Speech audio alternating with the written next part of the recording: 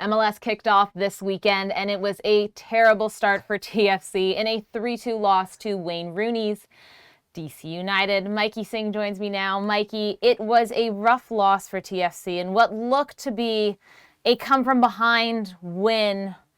They lost in the last moments of the match. Du Pietro scored.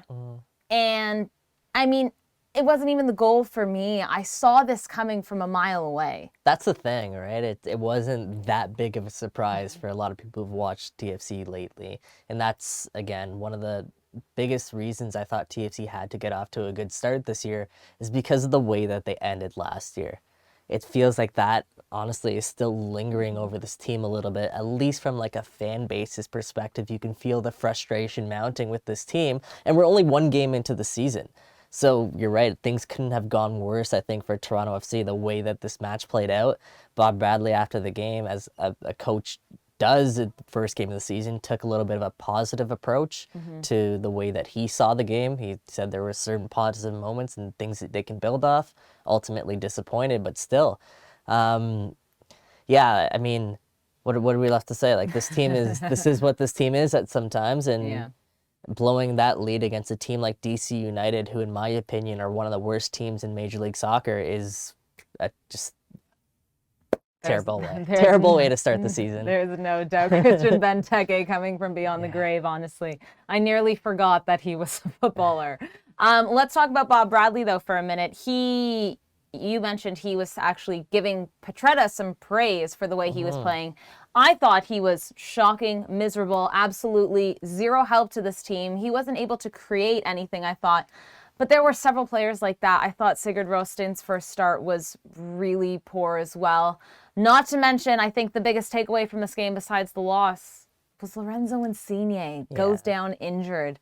From an injury that he kind of just picked up himself. It wasn't a collision. It looked like a hamstring, but TFC aren't saying anything. We don't have an update on that right now, but how important is that for TFC, losing, one of their stars in the opening match in a loss? It's bigger than the loss, right? Losing Lorenzo Insigne, and as of this morning, the club, I did get a non-update, I guess let's call it, from the club saying there's no update as of this morning about Lorenzo Insigne.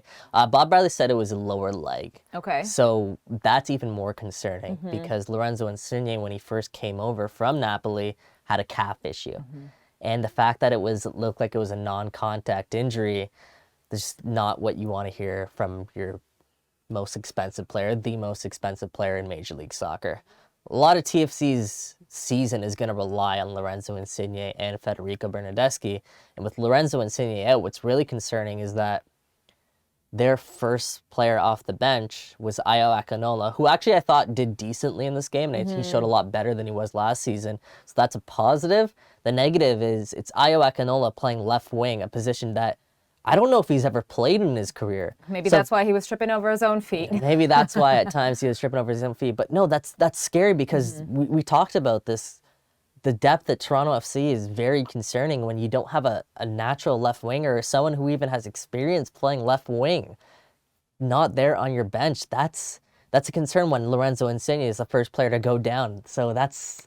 Yeah, Do you think that's why Bob Bradley wasn't using his subs? We talked about this just off there, but, Akinola came in because he had to for Insigne. And then they had one more sub late in the 80th. But could they have used more players off the bench? There were some players on the pitch I thought looked gassed. Yeah, and Bob Bradley even admitted that there were some players that were looking tired. It's the first game of the season, and fatigue could probably play a role. Hindsight, it's easy. Hindsight's 20/20. Yes, of course, they should have brought on fresh legs, and that's what DC United did, and they picked up the equalizer and winner after they made two important substitutions.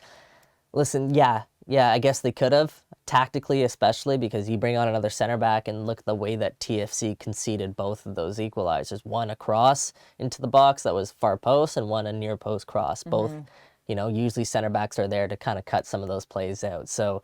yeah, that's concerning. Also, I think their midfield was a little bit concerning as well. The way that they handled certain situations. I thought Michael Bradley had a pretty good game, especially on the ball, but there was a couple times defensively he got caught out, and I could probably point the finger at him for, if not two, then at least one of the goals for Toronto FC. I thought he could have done better in midfield, just stifling something out, rotating a little bit quicker. That's going to be a concern for me, something to watch. It's not just Michael Bradley, though. Jonathan Osorio, Mark Anthony Kaye, them as Their a whole trio. midfield was They got caught out in transition a lot, yeah. right? So looking ahead, Toronto is playing Atlanta on Saturday. Any changes maybe you would hope to see going into this match? Let's not panic just yet with this TFC team. It's one game into the season. It's easy. If it went really well, I mean, people would be really high. If it went really low, or people would be really low.